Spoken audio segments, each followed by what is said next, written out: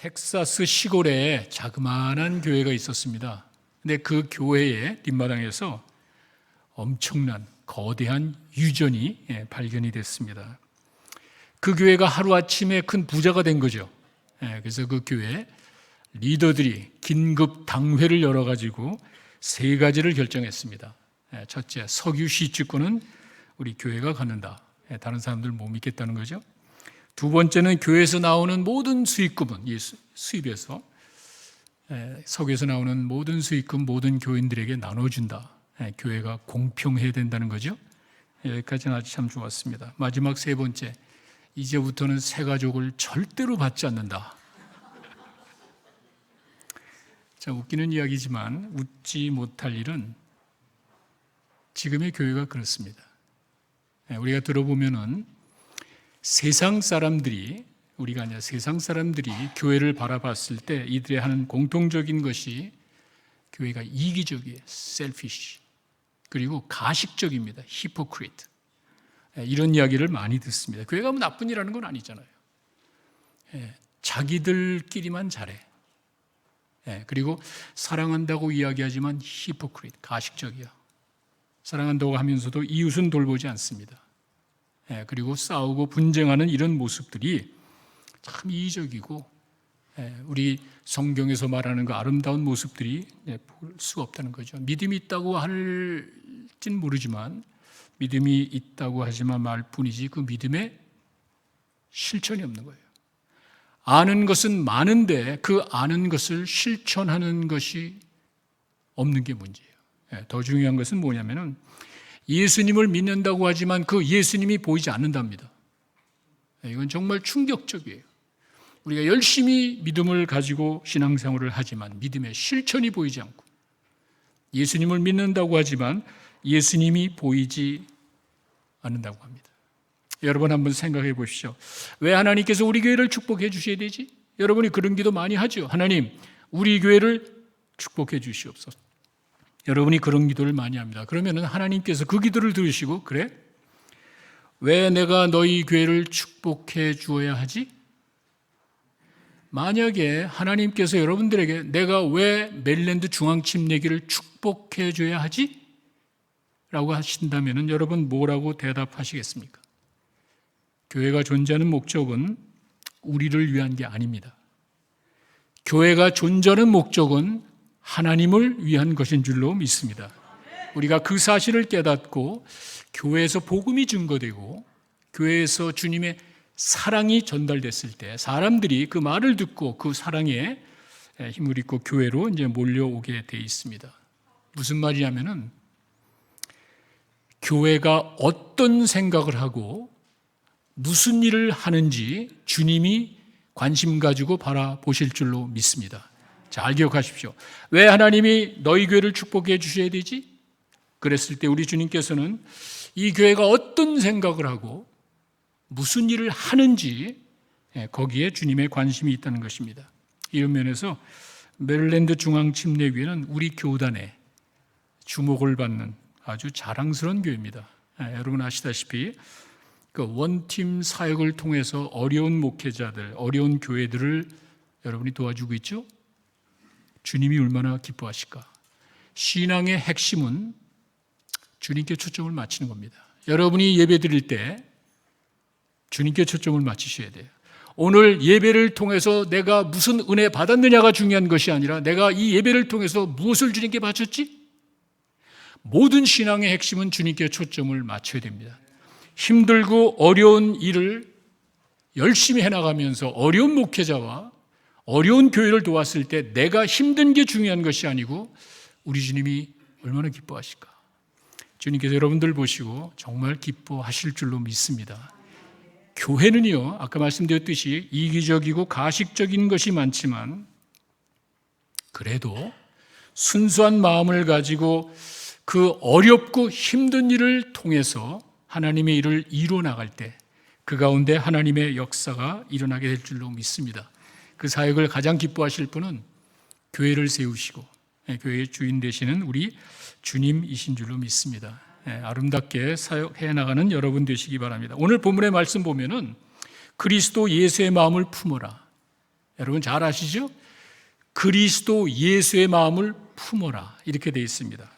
여러분 예수님은 인간의 몸으로 이 땅에 오신 하나님입니다. 잘 기억하십시오. 모든 것에 부족함이 없으신 하나님이에요. 그런데 그분이 인간의 몸으로 이 땅에 오셨을 때 그것을 포기하셨습니다. 하나님의 뜻을 이루기 위해 여러분과 나의 죄를 위한 희생제물이 되기 위해 모든 것에 부족함이 없고 죄가 없으신 분이지만 그걸 비웠습니다. 하나님과 본체시지만 동등됨을 취할 걸 여기지 아니하고 사람의 모양이 되고 사람같이 되었다. 이 말은 무슨 말이냐면은 하나님이 우리와 같은 생각을 가지신다는 거예요. 하나님께서도 여러분과 내가 가지고 있는 그런 감정을 가지고 예수님이 땅에 오셨을 때 그런 마음을 가지고 사셨다는 겁니다. 그래서 제가 오늘 말씀 제목을 아까 빌립보서 그 내용을 설명해 드린 것이 아니라 거기서 나와 있는 그리스도 예수의 마음을 품어라. 그래서 제가 이제 말씀 제목을 그리스도의 주님의 마음이라고 한번 잡아봤습니다. 왜냐하면요, 예수님이 이 땅에서 사역하셨을 때 아주 의미 있고 감동적인 이야기를 하셨어요. 그때 그 주님의 마음이 어땠을까?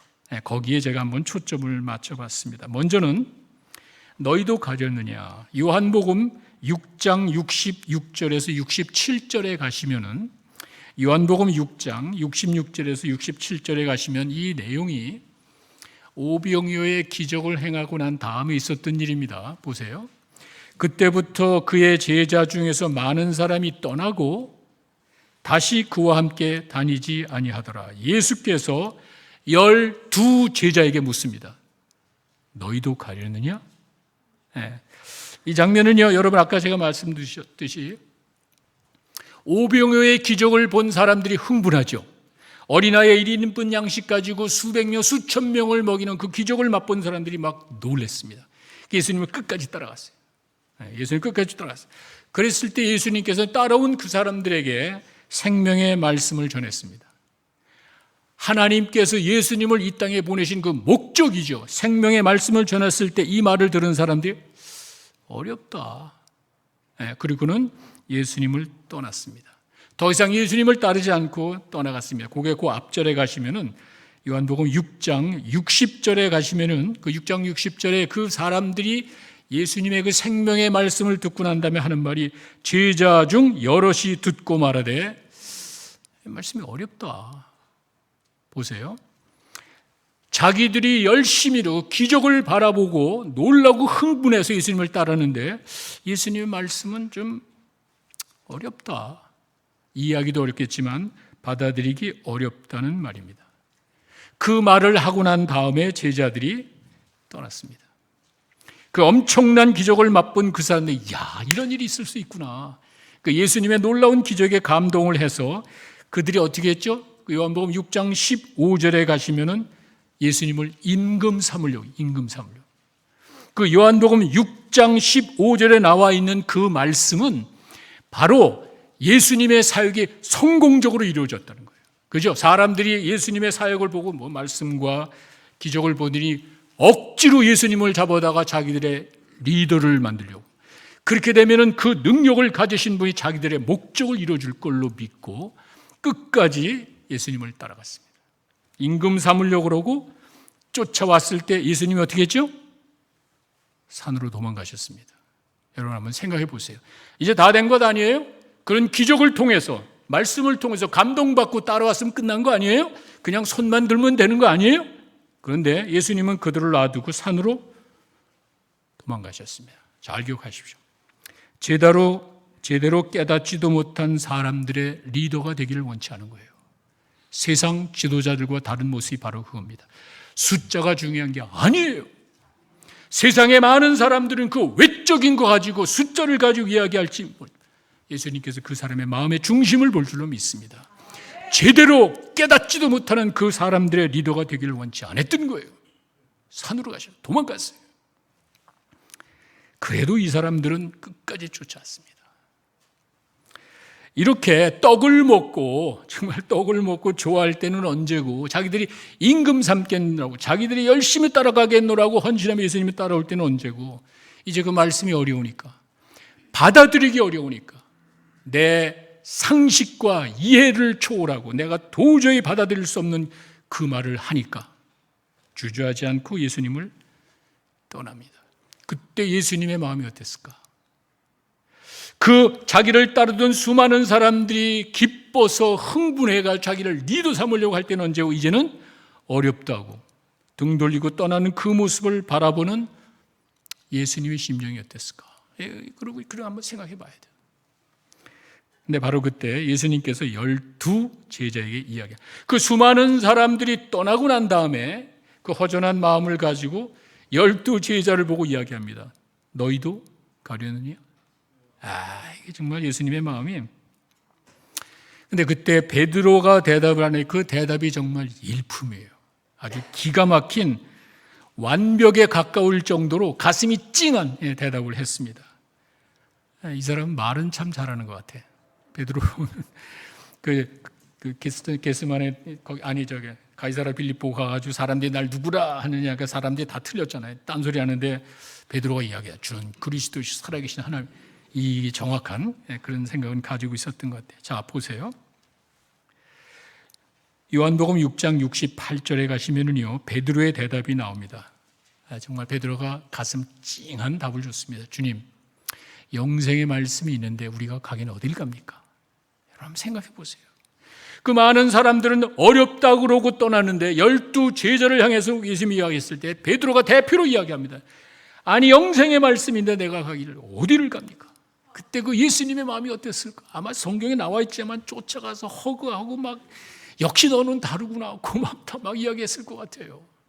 근데 이 말씀은 여러분들보다 성도님들보다 우리 목사들이 더 감동을 받는 이야기입니다. 여러분 한번 생각해 보시죠. 내가 개척교회를 했습니다.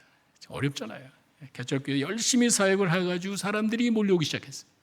이제 내 사역을 이해하고 사람들이 한두 명 불어나오면서 숫자가 늘어났어요. 교회 성장이 나왔어요. 몇십 명이 올라갔어요. 그런데 어느 날 갑자기 주일 예배 설교하러 아침에 교회를 딱 가니까 교인들이 다 떠나고 서너 명만 앉아 있는 거예요. 그 많은 사람들이 교회 나왔는데 갑자기 그 주일 가니까 다 떠나고 왜 서너 명만, 그러니까 집사님들 한두 명만, 서너 명만 이제 남아서 예배를 드립니다. 그 목사님이 하도 실망해서 마음이 아파서 집사님들에게 이야기합니다. 집사님들은 왜 안 떠났습니까? 그렇게 얘기하니까 그 말을 들은 집사님 한 분이 이야기합니다. 아니, 목사님 말씀이 너무 좋은데 우리가 가긴 어딜 갑니까? 아마 부둥켜 안고 껴안고 난리 났을 거예요. 정말. 바로 그 장면이에요. 예수님이 지금 바로 그런 말씀을 하신 겁니다. 말씀이 어렵다고 내가 도저히 이해할 수 없고 받아들이기 어려웠을 때 사람들은 떠났습니다. 자기들이 좋다 그러고 예수님을 임금 삼으려고 할 때는 언제고 실제로 내가 그 말씀을 통해서 이제는 주님을 따라야 될 순간이 오니까 결정적인 순간에 이들은 쉽게 예수님을 떠납니다. 여기서 우리는 아주 중요한 교훈을 하나 생각할 수 있습니다. 주님을 따르는 동기가 뭐지? 우리가 하나님의 말씀을 통해서 깨닫는 것 가운데 하나가 그 말씀 안에 들어가서 그 배경을 생각해야 되는데 그러면은 내가 주님을 따르는 동기가 뭐지? 내가 왜 교회를 나오지? 내가 왜 신앙생활을 하지? 이거를 우리가 한번 생각해 봐야 돼. 내가 교회를 나오는 목적이 내가 신앙생활하는 목적이 바로 말씀 때문이야. 베드로가 이야기했듯이 다른 게 아니라 정말 생명의 말씀, 내 영혼이 한 영혼이 구원받고 변화되는 이 생명의 말씀 때문에 내가 교회에 나오는지 점검해 보셔야 돼요. 신앙생활의 동기가 뭡니까? 여러분 한번 생각해 보십시오. 신앙생활의 핵심은 바로 말씀 중심이 되어야 됩니다. 교회를 나오시는 목적이 말씀 중심이 되어야 되는 거예요. 그 이유는 로마서 10장 17절에 가시면 제 이야기가 아니라 성경에 이렇게 되어 있습니다. 잘 보세요. 그러므로 믿음은 들음에서 나고 들음은 그리스도의 말씀이다. 여러분 믿음은요 내가 노력한다고 얻는 게 아니에요. 이건 동양 종교입니다. 동양 종교의 특징은 내가 열심히 빌면은 신이 감동을 해서 내 소원을 들어줄 거야. 상다리가 부러지도록 돼지머리와 복채를 갖다 놓고 동경하면은 신이 감동해서 내 소원을 들어줄 거야. 이게 미신의 특징이에요. 우리 기독교는 그게 아닙니다. 우리 기독교는 계시, 하나님의 말씀 있죠? 말씀대로 해 나가는 것이 우리들의 사명입니다. 왜? 믿음이 들음에서 납니다. 이게 믿음에서 들음에서 난다는 말이 쉽게 이해하기는 어렵습니다. 여러분 한번 생각해 보세요. 젊은 사람들이 많이 있으니까 제가 또 이야기하겠습니다. 성경에 나와 있는 이야기들이 여러분 이해가 됩니까? 솔직하게 한번 홍해 바다가 걸러졌대. 이해가 됩니까? 하늘에서 먹을 것이 떨어졌대. 이해가 됩니까? 제대로 상식적인 머리를 가지고 있는 사람들은 정말 이해하기 어려운 거예요. 우리가 성경을 대할 때 믿음이 들음에서 난다는 것이 뭐냐면은 내가 성경의 말씀을 대할 때 그 말씀을 두고 제대로 머리가 돌아가는 사람이라면 고민하게 돼 있습니다. 이게 진짜인가? 가짜인가? 원수를 사랑하래. 어떻게 원수를 사랑할 수 있습니까? 우리가 인간적인 생각은 도저히 할 수가 없는 거예요. 그런데 기도하고 고민하는 가운데 성령께서 제 마음을 감동시킵니다. 이해가 되지 않고 받아들일 수 없는 말씀인데 성령께서 내 마음을 감동시킵니다. 그래서 그 말씀을 아니야. 내 생각, 이 프레임이라지, 이 안에 내 프레임, 내 생각과 체험 안에 얽매인 하나님을 누가 믿습니까? 다시. 내가 이해가 되고 내가 체험해서 깨달은 것을 믿는 게 신앙이 아니잖아요. 내가 믿는 하나님은 이렇게 프레임 안에 억눌려 계신 분이 아니라 내 지혜와 상식과 체험을 초월한 영역에 계시는 하나님이야. 기독교가 믿음을 강조하는 이유는 다른 게 아니에요. 내 믿음의 대상은 내 지혜와 생각을 초월해서 존재하는 분이기 때문에 하나님을 믿는 줄로 믿습니다. 내가 아는 하나님, 뭐라 믿습니까? 뻔한 내 지혜와 체험으로 닥쳐있는 그 하나님을 누가 믿습니까? 우리가 믿음을 강조하는 것은 내 지혜와 능력으로 체험할 수 없는 영역에 계신 하나님이기 때문에 믿음을 믿는 거예요. 그런데 이 말씀을 듣고 고민하다가 맞아. 내 믿음의 대상은 이렇게 갇혀있는 것이 아니야. 갇혀있는 것이 아니야. 나는 하나님을 믿을 거야. 그 말씀을 듣고 고민하고 갈등하다가 순종하는 것이 진정한 믿음인 줄로 믿습니다. 바로 그 말이에요. 내 머릿속에 들은 것이 없으면 거기서 무슨 믿음이 생기냐는 말이에요. 내 의만 드러날 뿐이야. 하나님의 말씀을 듣고 고민하는 가운데 결정하는 것이 믿음이지, 하나님의 말씀이 없이 내 스스로 결정하고 나가는 것은 내 자신의 만족이고 내 의만 드러날 뿐입니다. 그래서 믿음이 들음에서 나고 들음은 그리스도의 말씀입니다. 내 믿음의 시작이, 말씀이 믿음의 근거가 된다. 내 믿음의 시작이 하나님의 말씀인 줄로 믿습니다. 그래서 성경 보는 게 중요해요. 모든 신앙의 기초는 성경 1독, 100독 그냥 하는 말이 아니에요. 그 말씀을 통해서 고민하고 갈등하다가 순종할 때 여러분들에게 진정한 믿음이 생기는 줄로 믿습니다. 그래서 말씀이 중요한 것이에요. 말씀이 내 신앙생활의 중심이 되어야 되는 것이 바로 그거예요. 또 한 가지 이유는 요한복음 1장 1절에 가시면은 말씀은 하나님이라고 되어 있습니다. 참 이게 한번 깊은 말씀이에요. 요한복음 1장 1절에 나와 있는 태초에 말씀이 계셨는데 이 말씀이 곧 하나님이고, 나중에 여러분 다 아시는 내용인데 14절에 가시면 이제 말씀이 육신이 되신 분이 성육신 예수님이에요. 잘 기억하세요. 말씀이 하나님이래. 여러분들이 말씀을 대할 때 하나님을 만나게 될 줄로 믿습니다. 하나님을 만나는 것이 신비로운 것이 아니에요. 특별한 행동을 하고 특별한 일을 통해서 하나님을 만나는 것이 아니에요. 말씀은 하나님이라고 그랬습니다. 성경에서 이야기했으면 여러분이 믿고 나가시면 되는 거예요. 하나님의 말씀이기 때문에 여러분이 말씀을 대할 때 하나님을 체험하게 될 줄로 믿습니다. 말씀이 하나님을 만나는 수단이란 말이에요. 그래서 신앙생활의 핵심이 말씀이 되어야 되는 거예요. 성경에서 이야기할 때 그 말씀 믿고 그대로 나아갈 때 말씀대로 행하시는 하나님, 여러분과 함께 해 주실 줄로 믿습니다. 내 생각을 버리셔야 돼요. 내 지혜와 내 체험을 뛰어넘으셔야 돼요. 이해할 수 없고 받아들일 수 없지만 그 말씀이 하나님의 말씀이기 때문에 부족함이 없으신 그 하나님을 믿고 순종하며 나갈 때 하나님께서 그 가운데 역사해 주실 줄로 믿습니다. 말씀이, 생명의 말씀이 어렵다고 떠나는 것은 생명을 포기하는 거예요. 말씀을 떠나는 것은 하나님을 포기하는 거예요. 그것을 바라보는 예수님의 심정이 어떻겠어요? 그 마음을, 내가 하나님을 포기할 때, 내가 말씀을 포기할 때 하나님의 심정이 어떻겠어요? 이 사람들은 사실은 먹고 배불렀기 때문에 따랐다 그러죠. 요한복음 6장 26절에 가시면은요, 요한복음 6장 20, 예수님이 그렇게 이야기를 했습니다. 네. 대답하실 때 내가 진실로 너에게 이르노니 너희가 나를 찾는 것은 표적을 본 까닭이 아니라 배불렀으니까, 자기들이 먹고 베니핏을 얻었으니까, 그렇게 자기들의 욕심이라 그럴까, 자기들의 필요를 채워주시는 그 주님을 내 욕심의 수단으로 생각해요.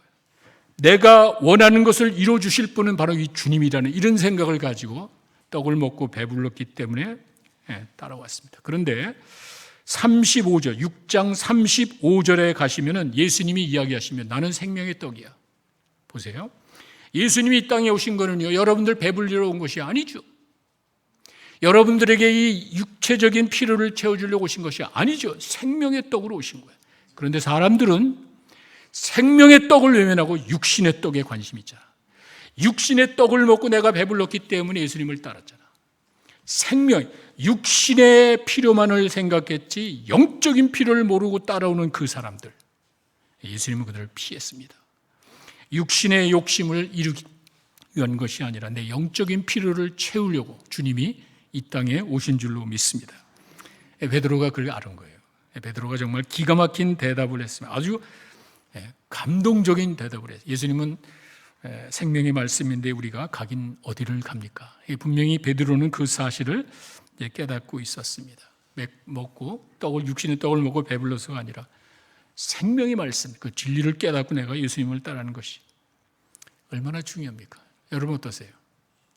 신앙생활의 가장 기본적인 내 믿음의 기초가 어디 있는지, 내 믿음의 기초가, 믿음의 근원이 말씀에 근거한 것인지, 신앙의 동기가 무엇인지를 여러분 점검해 보시고 말씀을 통해서 하나님을 만나고자 하는 마음이 있는지, 쓸데없는 어리석은 것이 아니라 말씀을 통해서 하나님을 만나고자 하는 하나님과의 만남을 사모하는지, 여러분이 그런 마음을 가지고 계실 때 우리 주님은 반드시 채워주실 줄로 믿습니다. 너희도 가려느냐? 우리가 생명의 말씀을 붙들고 살아가는 것이 그렇게 중요해요. 예수님께서 여러분이 신앙생활을 포기하려고 할 때 이야기하십니다. 너희도 가려느냐? 그랬을 때 베드로와 같은 영생의 말씀을 붙잡고 살아가는 여러분들이 되시길 바랍니다. 두 번째는요, 또 한 가지 중요한 말씀은 요한복음 21장 12절에 있습니다. 이게 제가 개인적으로 가장 좋아하는, 감동적인, 참 좋아하는 말씀이고, 나는 이래서 예수님을 믿습니다라고 제가 자신 있게 이야기하는 말씀입니다. 같이 한 목소리로 읽겠습니다. 예수께서 이르시되 와서 조반을 먹어라 하시니 제자들이 주님이신 줄 아는 거로 당신이 누구냐 감히 묻는 자가 없더라. 예수님께서 제자들에게 밥이나 먹자. 여러분, 예수님께서 제자들에게 그냥 한 끼 해결하려는 게 아니죠. 여러분 잘 기억하십시오. 예수님께서 지금 만나시는 이 장면을, 배경을 여러분이 먼저 아셔야 됩니다. 부활하시고 난 다음에 제자들을 만나서 처음 불렀던 그 자리에 예수님이 다시 부활하신 다음에 가셔서 밥이나 먹자. 근데 거기 이제 말씀해 보시면 제자들이 주님이신 줄 아는 거로 당신이 누구냐 묻는 자가 없더라. 이 말씀을 잘 기억하세요. 예수님을 만나서 예수님께서 와서 조반을 먹어라, 밥이나 먹자 하는데 예수님이야. 그런데 예수님이 누구냐고 이야기하는 사람이 없었다는 말은 뭐냐면은 며칠 전에 돌아가셨잖아. 여러분, 성경을 그저 맹목적으로 읽지 마시고 한번 잘 생각해 보세요. 엊그제 죽었던 사람이 지금 내 앞에 나와서 이야기하는 거예요. 엊그제 내 앞에서 비참하게 죽었던 그분이 지금 살아서 내 앞에 나와서 밥이나 먹자 이야기하고 있는 거예요. 생각해 보셨습니까? 더 놀라운 사실은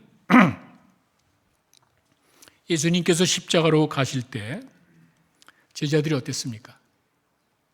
여러분, 제가 유대인들의 그 생각을 잘 아시니까, 유대인들 그 당시 사람들은 예수님이 하나님이 보내신 메시아로 알고 정말 하나님이 엄청난 역사, 이 예수님을 또 엄청난 역사를 이루실 걸로 생각했습니다. 놀라운 기적이 있었죠? 산상수훈과 같은 귀한 말씀을 보내주셨죠.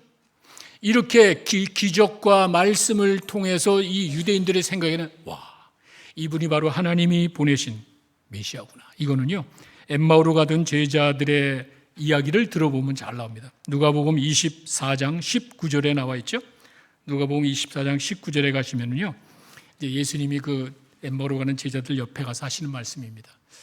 무슨 일이냐 하니까 그 사람도 이야기합니다. 나사렛 예수의 일입니다. 그는 하나님과 모든 백성 앞에서 말과 일에 능하신 선교자, 이 말이에요. 그 예수는 정말 말도 잘하고 정말 기적을 행하신 능력의 선지자였습니다. 이 사람은 눈으로 보고 체험을 했으니까 그렇게 자신 있게 이야기를 하고, 21절로 가시면은요, 그 밑에 21절로 가시면은 이렇게 되어 있어요. 우리는 이 사람이 이스라엘을 속량할 줄 알았습니다.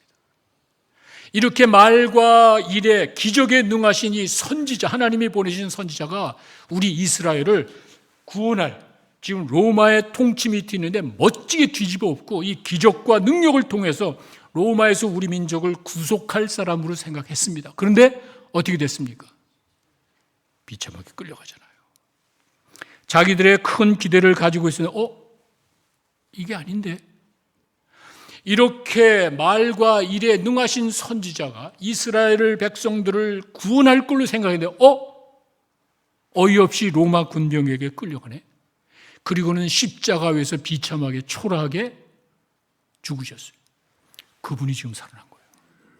그렇게 생각했는데, 그런 기대를 가지고 있었는데 이 제자들 앞에 지금 나타난 거예요. 근데 여러분, 더 놀라운 거는요, 그렇게 예수님이 십자가에 돌아가셨을 때 제자들이 어떻게 했죠? 마가복음 14장 50절을 보시면은요, 다 도망갔대. 여러분, 그냥 많은 사람들을, 군중들을 이야기하는 게 아닙니다.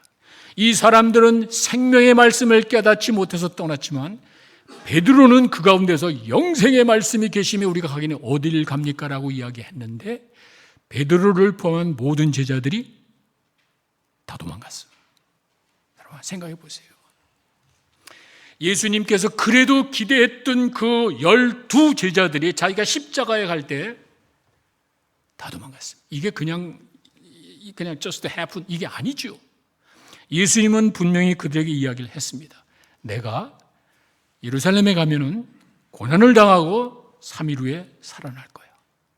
그냥 just accident 같이 갑자기 이런 일이, 그게 아니죠. 분명히 예수님 이야기했습니다. 근데 안 믿었어. 이게 인간의 믿음이에요. 그 믿음의 한계가 바로 그렇습니다. 예수님이 성경에 보시면 몇 번에 한 3번 정도에 걸쳐서 내가 예루살렘에 올라가면은 인자가 장로의 고난을 당하고 3일 후에 살아날 거다 이야기했지만 한 명도 안 믿었어. 내 생각과 지혜에 또 내 체험에 이해가 되지 않으면은 버리는 거예요. 이게 사람들이에요. 그 제자들이, 지금 예수님 앞에 큰 소리 쳤던 제자들이 예수님 보는 앞에서 다 도망갔어요. 아까 제가 말씀드린 그 군중들은 이해하기 어렵고 또 받아들이기 힘들 때 떠나는 건 뭐 그럴 수 있어. 근데 베드로가 큰 소리 쳤잖아요. 영생의 말씀을 따지면서 이야기했잖아. 그런데 여기서 뭘 말하냐면은 예수님 믿는 것이 어렵고 힘든 것이 아니라 나에게 해가 될 때, 그럴 수도 있잖아요.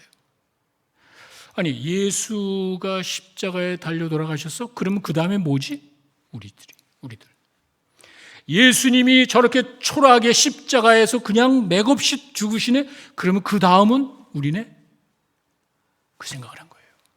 단지 말씀이 어렵고 생명의 말씀을 받아들이기 어려서 떠나는 것이 아니라 내가 예수님을 믿는다는 그 사실이 나에게 해가 될 때 떠나는 거예요. 이 제자들은 자기들이 그 다음에 목표가 돼서 십자가에 또 처형되고 어려움을 겪게 될 거라고 생각하니까 미련 없이 다 도망갔대. 그 도망가는 제자들을 바라본 예수님의 심정이 어떻겠어요?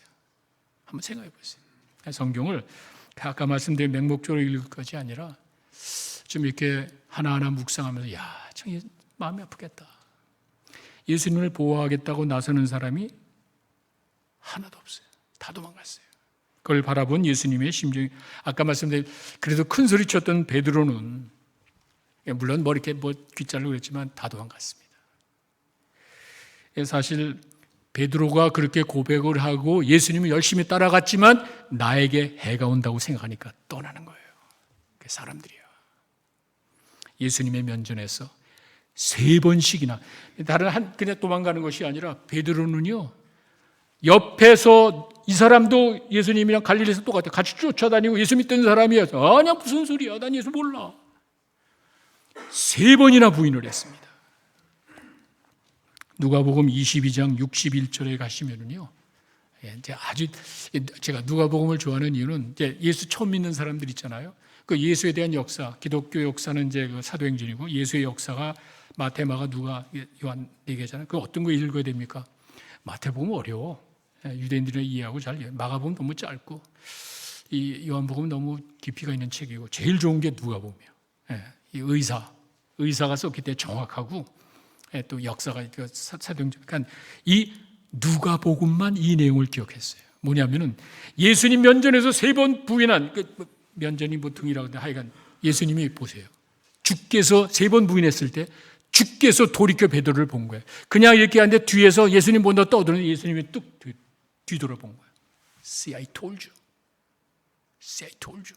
예수님 아무 이야기 안 했지만 예수님과 베드로가 눈이 마주쳤습니다. 야, 베드로가 어떻게 했어요?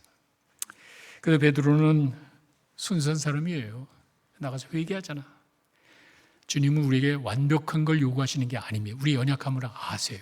부족함을 깨닫고 나갈 때 주님께서는 들어 써주실 줄로 믿습니다. 그래서 베드로가 회복된 거예요. 잘못했지만 깨닫고 돌았으니까 회복된 거예요. 야, 눈이 딱 마주쳤다는 그 장면 보니까, 자, 이런 사람들을 예수님께서 다시 만나준 겁니다. 누구죠? 배신자들이잖아. 예수님 가슴에 못을 박은 사람들이잖아. 다른 회중들이야 군중들이야 그렇다 하지만 예수님이 12제자에겐 정말 3년 동안 다 쏟아붓잖아요. 말씀도 전해주시고 질문에 답도 해주시고 기적도 행할 수 있는 능력도 주시고 다 쏟아붓지만 이들이 떠났어요. 배신한 거예요. 결정적인 순간이 되니까 예수님 믿는 것이 나에게 해가 돼? 떠나잖아요. 배신자들이죠. 비겁한 자들이죠. 실패자들이죠. 그렇게 배웠지만 결국에 마지막 순간에 다 포기하잖아. 지금 그 사람들에게 예수님이 이야기합니다. 밥이나 먹자. 참, 제가 이 말씀을 좋아하는 이유가 예수님이 그저 와서 조반을 먹으라 했을 때 그저 밥 한 끼 먹자라고 이야기한 게 아니죠. 제가 이제 이 말씀을 할 때마다 꼭 생각나는 영화가 한 장면이 있어. 갑자기 또 생각이 나는데 조폭 영화. 조폭 조직의 막내가 열심히 조폭이 잘 나갔는데 조직이 잘 나가는데 경찰에 잡힌 거예요. 경찰에 잡혀가지고 그냥 막 고문하고 죽인다고 막 그러다가 네가 다 풀어. 너 조폭 조직에서 다 풀어. 솔직하게 그럼 내가 널 살려줄게. 근데 이 조폭 막내가 자기 이제 아기도 하나 낳거든요. 자기 아기도 낳고 마누라도 있고 근데 내가 다 털어놓으면 살려준대. 그거 어떻게 해? 할 수 없이 미안하지만 형들에게 미안하지만 내가 살기 어쩔 수 없잖아. 그래서 그냥 다 풀었어요. 그러니까 경찰이 그 내용 가지고 와서 그 조폭을 완전히 와해시켜버린 거예요. 조폭이 완전히 다 날아가 버린 거예요. 근데 원수는 어디서 만나? 외나무대에서 만나는 거야. 어느 식당에 갔다가 조폭 대장이 밥 먹는데 그 옆에 똘마니가 있는 거야. 그 대장이 이렇게 보더니 이놈 새끼 그냥 쫓아가더니 막내 너 이놈 새끼 때문에 우리 조폭이다. 그냥 옆구리에서 남도 칼을 하나 빼더니 그 막내 조폭이다 목에다 쓰고 이놈 새끼 그냥 죽여버린다고. 너 때문에 다 죽였다고. 근데 그 조폭 막내가 하는 얘기, 형 정말 잘못했어요. 제가 죽을 죄를 졌어요. 그런데 나도 자식인데 자식을 살리기 위해서 내 아내를 살려서 할 수 없이 했어요. 형님 용서해 주세요.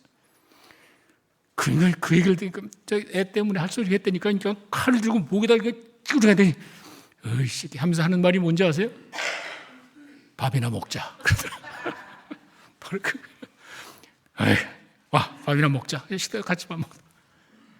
아무 얘기하지 않지만 밥이나 먹자라는 그 말에 담겨 있잖아요. 여기서도 우리가 아주 중요한 교훈을 찾아볼 수 있습니다. 먼저는 진정한 사랑이 뭔지 예수님이 보여주신 거예요. 진정한 사랑은 그냥 받아주는 거예요. 진정한 사랑은 그냥 받아주는 것인 줄 믿습니다. 예수님이 지금 뭘 보여줬냐면은 서운한 말 한마디 안 하셔. 책망 한마디 안 해. 너 이놈 자식 앞으로 이렇게 하면 안 돼. 다짐하는 것도 한마디 안 해. 제자들에게 무슨 이야기 듣고 한 게 아니에요. 그냥 예수님께서 그 갈릴리 바다 처음만 불렀던 그 자리에 가서 제자들 만난 다음에 야, 밥이나 먹자. 아무 얘기 안 하시잖아요. 그냥 받아주잖아요. 이게 진정한 사랑입니다. 여러분과 나는 그 사랑을 받은 자들인 줄로 믿습니다. 그 사랑을 실천하세요. 내가 그저 하나님 앞에 용서함을 받고 사랑을 받았다면은 그 사랑을 전하는 여러분 되시기를 바랍니다. 진정한 사랑이 바로 그거예요. 이게 예수님께서 탕자의 비유 이야기 하셨잖아요. 탕자가 돌아왔을 때 이놈이 그냥 온 게 아니죠.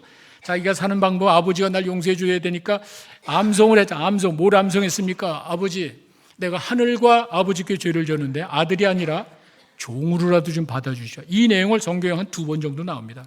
열심히 외워가지고 이제는 그거밖에 없으니까 아버지가 그 얘기를 듣고 감동받으면 나 용서해 주니까 그 암송해가지고 아버지한테 보세요. 누가복음 15장 21절에서 22절을 보시면은요, 이 내용에 보세요. 아버지가 아들이 합니다. 아버지, 내가 하늘과 아버지께 죄를 지었으니 지금부터 아버지 아들이라 일컬음을 감당하지 못하겠나이다. 하나 영어 성경에는 그 다음에 but 이렇게 시작이 돼. 아버지는 종들에게 이르되 야, 좋은 옷을 가져다 입혀라. 손에 가락지 신발을 끼워라. 무슨 말이죠? 탕자가 이야기하는 저 회개문을 아버지가 듣고 확인하고 용서해 주는 것이 아니에요. 여러분이 그걸 아셔야 됩니다. 진정한 용서는 그저 이 탕자가 깨닫고 돌아왔을 때 탕자가 말하는 말이 아니고 그 마음을 보시고 받아준 줄로 믿습니다. 말이 중요한 게 아니에요. 여러분이 이 자리에 와가지고 고백하는 것도 중요하지만 더 중요한 건 어떤 마음을 가지고 앉아있는지 하나님께서는 여러분의 마음을 보시고 받아주실 줄로 믿습니다. 이런 사랑을 보여준 거야. 우리가 그런 사랑을 받은 거야. 내가 뭐 한 게 없잖아. 내가 뭘 해서 하나님의 마음을 감동시킬 수가 있겠습니까? 그게 아니에요. 이렇게 우리가 잘못하고 실수하고 어려움을 겪을 때도 내가 무슨 말을 해서가 아니라 하나님께서는 그냥 사랑으로 받아주시고 용서, 이런 우리 내용을 볼 수 있죠. 진정한 사랑은 그냥 받아주는 거고 진정한 용서 또 보여주셨어요. 진정한 사랑은 그냥 받아주는 거고 뭐 확인했단 말이 없죠. 진정한 용서는 잘 기억하세요.